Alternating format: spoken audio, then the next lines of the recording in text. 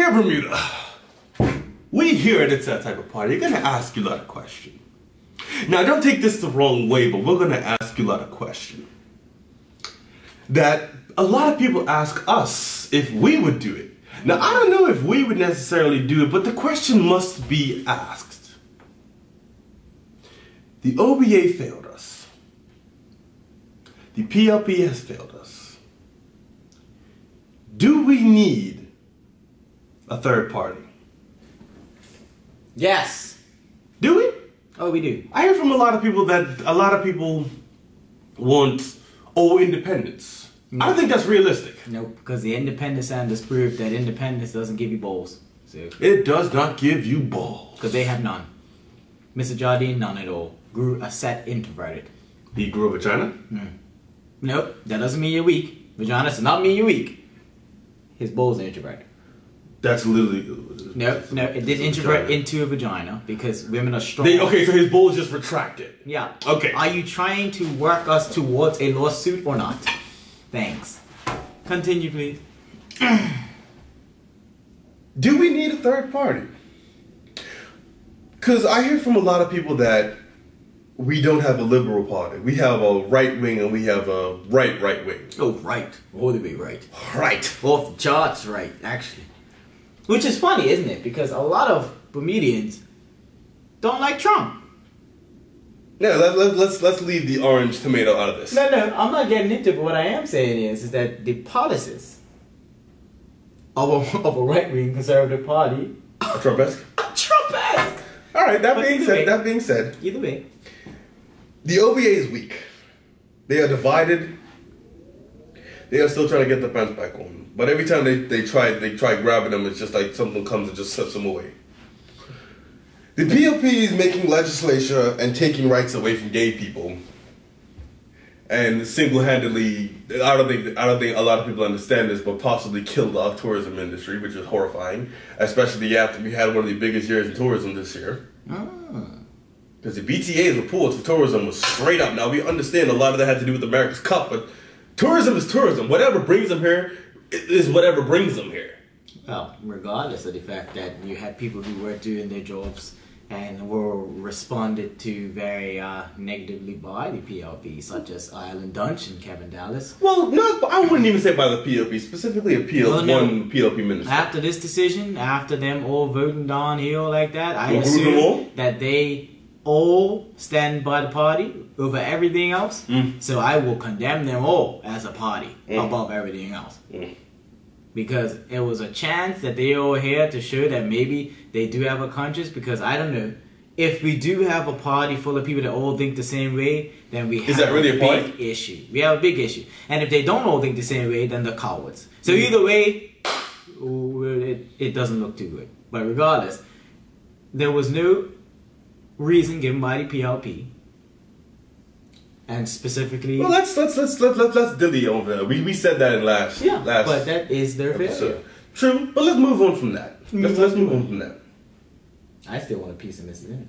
We both want a piece of Mrs. Simmons, and we'll get to that piece eventually. Now, regardless, we get asked on a daily basis if we would start a new party. That's on the fact. I can't tell you what's going to be in the future. But right now, we think about it. We think about it. Because sometimes it almost feels like we can't depend on the powers that are to get anything done. Because we can't depend on the weak OBA to have a strong enough voice. We can't depend on the PLP. Did I say the weak PLP or the weak OBA? You said weak OBA, you're right. Okay, I wasn't sure. We can't depend on either of the parties that we have. And I hear from a lot of people. I hear from so many people. I get this more than I get anything else. If your father would have just kept the BDA and not fused with the UBP, this island would not be in the state that it's in. But, nah, Papa Craig was wearing a BDA shirt the other day. Yeah. I don't know what that means. But is it a little too late? Is it too late to save the OBA? These are the questions that we want answered in the comments. Is it too late to save the OBA? Is it too late to bring them back to what they once were? And has the PLP gone too far? That's what we want to know from you, lot. Well, let's lay out the facts, shall we? The opposition was not no, God, no, oversight. Right. We're political oversight committee. Yeah, the opposition had the opportunity to rally itself behind its constituents and to people who were unable to rally for themselves, or a small segmented population, and they chose to vote split. Now, when I say split, 2 went the other way. It was a big 2 though. Yeah, and what it shows is that the leadership has yet to quell the divisiveness within itself. Because as soon as Miss Atherton took post, you had ex-OBA member, Mr. Faye, shoot out a gangster on her decision regarding Nick Kemp. You had Nick Kemp resign as chairman, which led to Mr. Faye's criticisms. Has he resigned? Mr. Cannoner also criticized. He hasn't resigned from the OBA. Okay. But that shows that, one, a leader and a deputy together cannot consolidate their own party, which is, to me, why you put your name in the hat if that's the case. I mean, it's nothing personal, but it's just, if you knew the personalities that you had to come in contact with, you putting your name in as leader should have been able to step up to the plate and consolidate these personalities. But you can't. Nope. And it should. Because even with 12 seats, you can't even get all 12 to vote one way. And it's not that I'm saying that they all should vote one way. They all should be unified in some sense. Yeah, they should be unified on human rights. Like, this is not a thing that is up in the air, like a parking legislation or something like that is up for debate. It's a human right. It's the fact that each segment should be able to do exactly what the other person can do in society. And they couldn't even vote the same on that. You know what I hear from a lot of people? Because this is the thing. We've kind of been wanting to do this video for a while, but we weren't sure when the time would be right, because on a daily basis, both of us here, when you're at Marketplace, how many people's come up to you asking you about it? About a third party? A lot. When I'm just walking, doing my business in town, if I'm talking to somebody, I get asked, what if Bermuda had a young, liberal party?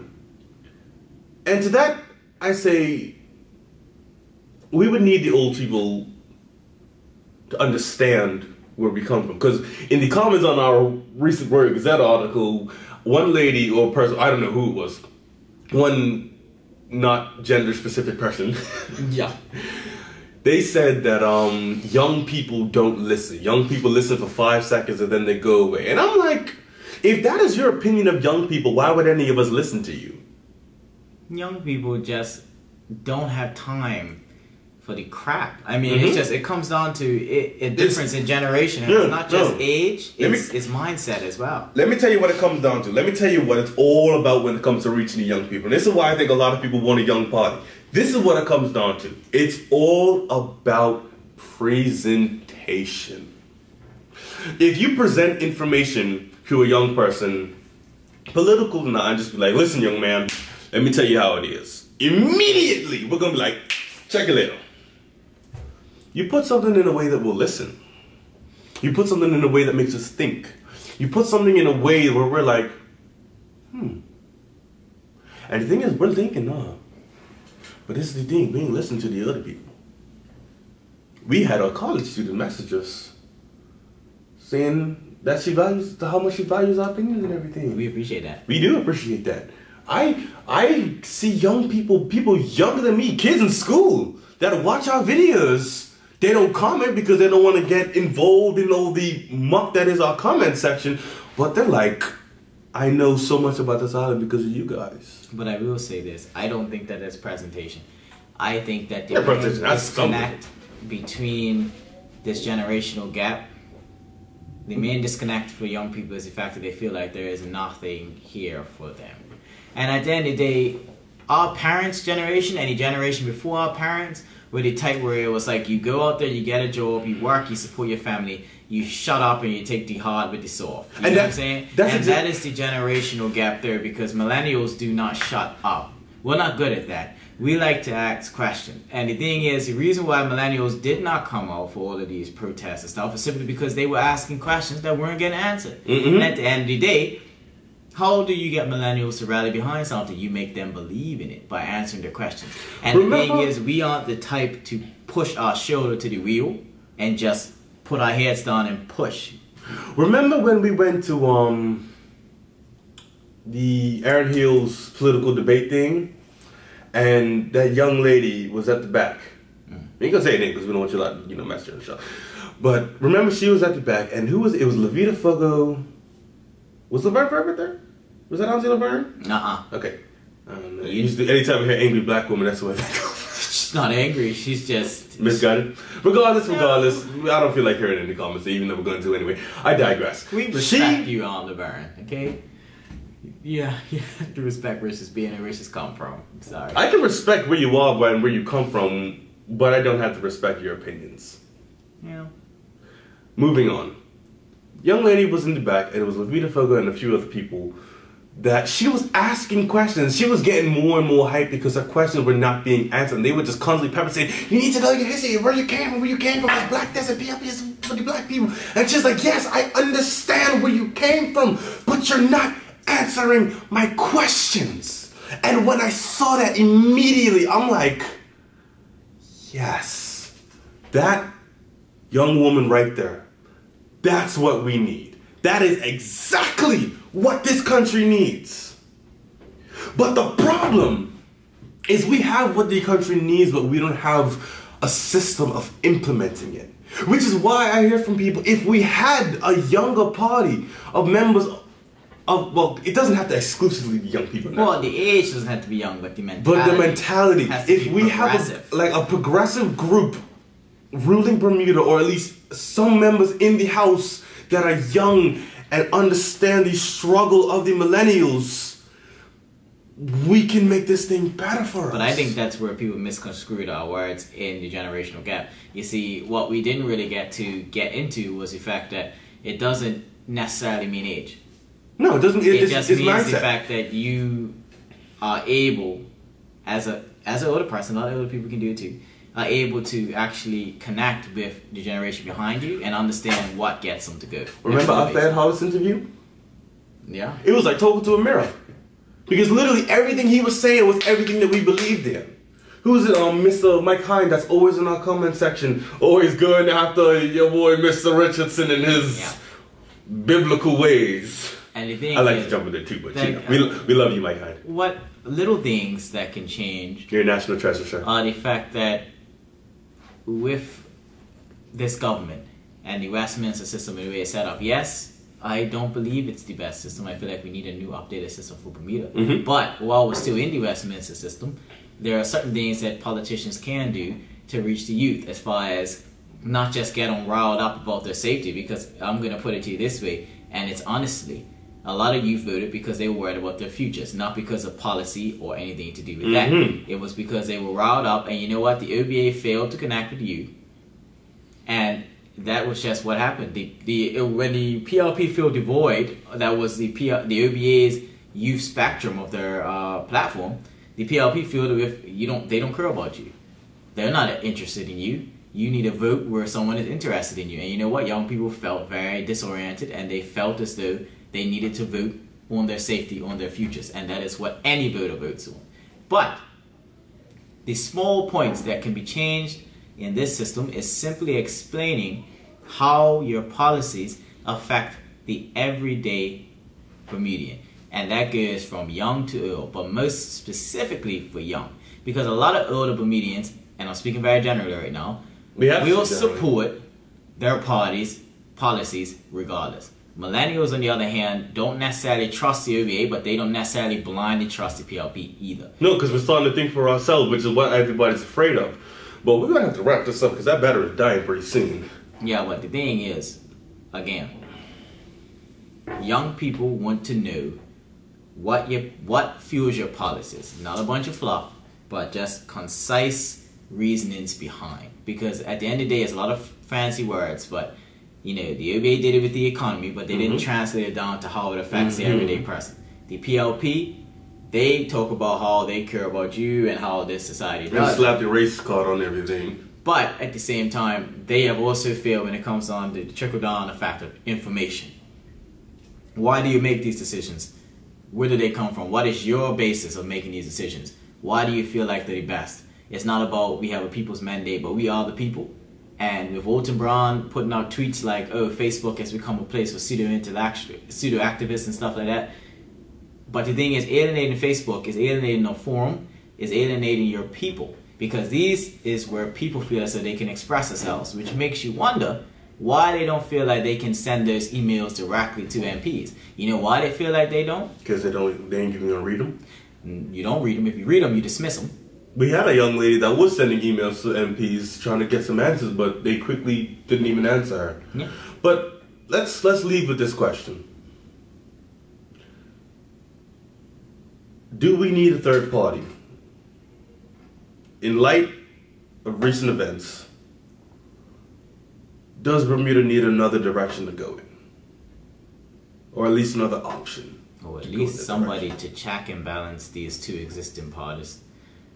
I mean, we'll do our best to check and balance both of them. Believe you me, we will do that to the best of our ability. It would be nice to have somebody to do that in the house. I would love to have a third party, especially a third party that actually takes into consideration the problems of today rather than looking at the problems of yesteryear.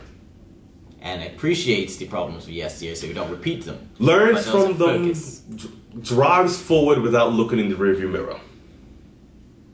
How's that for an analogy? How about that? Let us know in the comments. Please be respectful, and another thing, people, if you do not agree with what we're saying and you're gonna comment on our videos, the least you can do is answer our questions.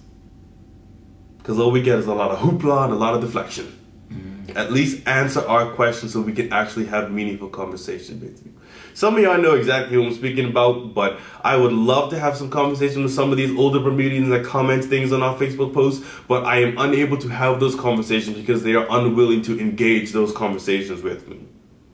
We here at It's That Type of Party are not always right. We understand that. We are an opinion-based show that does our best to get factual information out there and then gives our opinions on it. However, we open up our videos as a discussion, and we want to discuss this with Bermuda, because if we can talk to people and get your side of the story so you can get our side of the story, then the least you can do is at least engage in conversation with. And don't just spit religious or political rhetoric at us and expect us to accept that.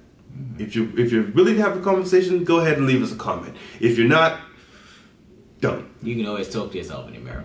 You could, because that's really what you're doing on Facebook. You're just commenting, oh, what was the last thing we heard? Oh, every knee shall bow and every eye shall see the Lord. I don't believe in the Lord. But I ain't gonna see nothing. What if you're blind? What if you don't have knees? Well, a message to the young people as well is do not be disheartened. And do not be afraid. These things, because honestly, it's not that the older generation doesn't care about you. We never once wanted to paint that picture. But they just don't hear us. I don't think that they can hear us because they have so much experience of their own versus ours. And as for the young people, continue to pursue your dreams, but remember that you also have a duty to get involved in what happens with your country. Because eventually when all these older folks step down or move on, we're going to be cleaning up it's the going to be us. So it's either you get involved now and save yourself the trouble, or try to get involved later when it might be too late. And just remember, all of us have voices. We just need to make them heard. Heard? Is that right? Heard, yeah. You're the educated one, not me. Yeah, make sure that whenever you are having a dialogue with somebody, that the fact that you may disagree is a window that is left open, and that you can disagree about trying to name call or anything like that. And to the older generation, understand that when we disagree with you, it's not a sign of disrespect. It's just a sign of difference in opinion. You should be happy that we're able to disagree with you, Because it's showing that our generation can think for ourselves. Keep in mind, we're adults too now. We pay are. rent, we pay taxes. So And that this means we can speak and say whatever the heck we like. The whole mentality that we are anything less than you because we are younger needs to go. Because if that's the mentality, then everybody that is younger than you as you get older will always be less. And to those that think that the generational gap is being solved by the PLP's young cabinet, please understand. What young cabinet? Exactly. But please understand that yes, they are under 40, that's true. And yes, they are very young for politicians. But they are pushing the old man's agenda. But they are appealing to a very old mentality.